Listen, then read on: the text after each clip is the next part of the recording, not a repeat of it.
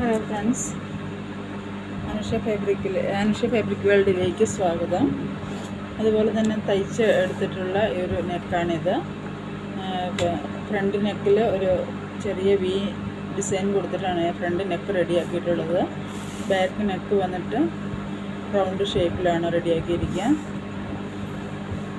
ഇതൊരു കുർത്തിയുടെ നെക്കാണ് കേട്ടോ, ടോപ്പ് റെഡിയാക്കിയിരിക്കുന്നതാണ്. അപ്പോൾ നമ്മൾ ഇതിൻ്റെ ഷോൾഡർ അറ്റാച്ച് ചെയ്തിരിക്കുന്നത് പച്ച കാണാത്ത വിധത്തിലാണ്.